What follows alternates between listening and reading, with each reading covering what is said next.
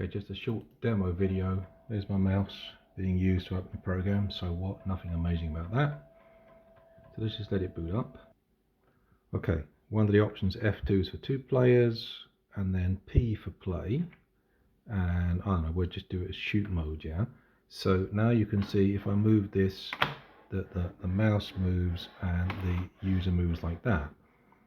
But now, if I flick this little switch here, the mouse stops working and the joystick takes over. You see it moving back, forth, and I can fire somewhere. I think I can fire, and I'm not good at fire, but anyway. So how is this working? Let's have a quick look inside. So basically it's a standard joystick coming through an extender into a cable. You can get these quite cheap off eBay, and this one I got to practice on, so it uses the DuPont female connectors.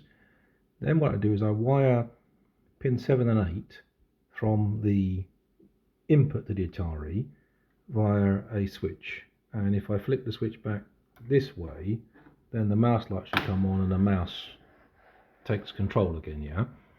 And other than that, it's a straight through. So 1 goes to 1, 2 goes to 2, 7 and 8, the track is cut underneath, like so.